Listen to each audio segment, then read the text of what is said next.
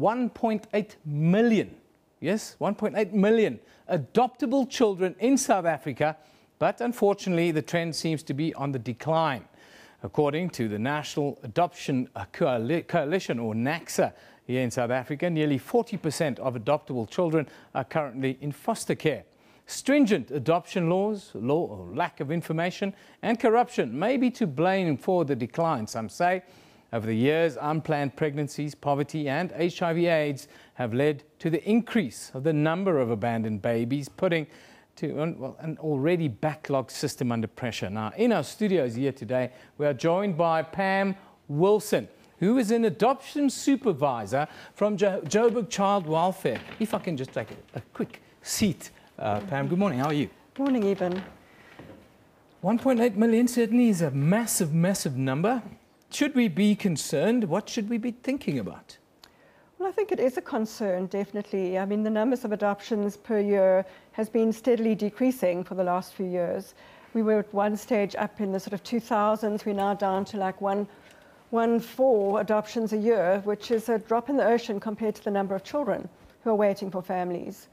And it is a concern for all social workers involved in the field, because obviously we would like to find homes for those children. And there are a lot of impediments at the moment that is making adoption fairly difficult. Are we, as the wider public and society here in South Africa, are we well informed enough about the processes involved? I don't think so. I think we're getting there. We've, as the National Adoption Coalition, we've now developed a website which is having, a lot of people visiting it and getting information on all aspects of adoption. But I think the general population still has very little information on adoption, and that is something we're trying to address through consistent advertising campaigns, recruitment and awareness campaigns, to try and get the idea out there that adoption could be a viable option to childlessness, infertility, or just for increasing the size of your family. Now, the Consolidated Children's Act is viewed by some as a real hindrance in the process of adoption, this new law. Mm-hmm. How do you view this? The Act itself is very good. I mean, the concept of the Act, the provisions made in the Act are essentially sound, and it's a good piece of legislation. Unfortunately, I think it's the way it's being implemented. I don't think they ever foresaw that it was going to involve an increase in the number of social workers out there to implement the provisions of the Act. Administratively and just in terms of bureaucratic processes, it has slowed things down considerably if you follow every aspect of that Act exactly as it should be read. For instance, as an adoptive parent and a foster parent, you need to get clearance from the Child Protection Register in the form of a Form 30. And in the Act, it says that has to take 21 days. At the moment, it's taking up to 6 to 8 months to get that, which means that a child cannot be placed with that family until we have that clearance from the Child Protection Register. Of course, it's good to have that. I mean, one would like to know that everybody was cleared from the Child Protection Register. But if it's going to take 8 months to get that permission, it's certainly going to cause huge delays in the system. Certainly puts the process back. Just tell us quickly, who is cleared then to adopt a child? Who can? Who can adopt a child? You have to be over 18. You can be married or single. You should be South African or have permanent residency in the country. And obviously you should be able to provide for the needs of a child and just to see that child through to adulthood. What about the rights of the adoptive parents? What rights do they have? What rights do they have? Well, obviously they go through a screening process.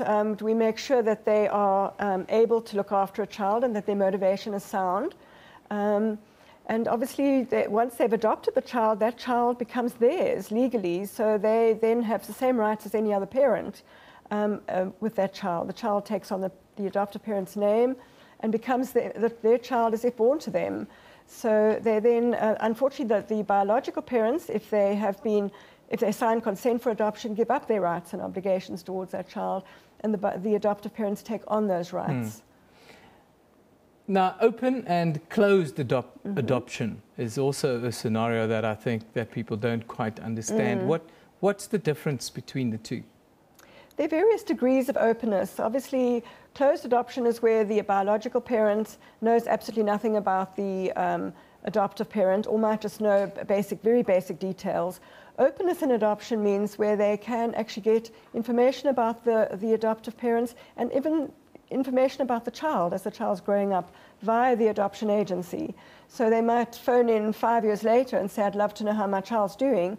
The social worker could then contact the adopters, find out that information and pass it on to them and say, your child's doing well, the child's doing well at school, etc., and just give her a certain amount of information. And then, of course, you go right to the other extreme of openness where there can actually be contact.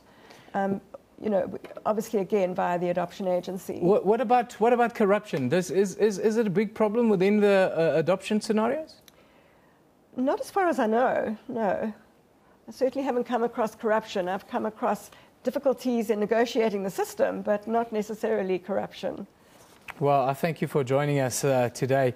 Pam Wilson is an adoption supervisor here in Johannesburg. I thank you for joining us to talk about this emotive issue.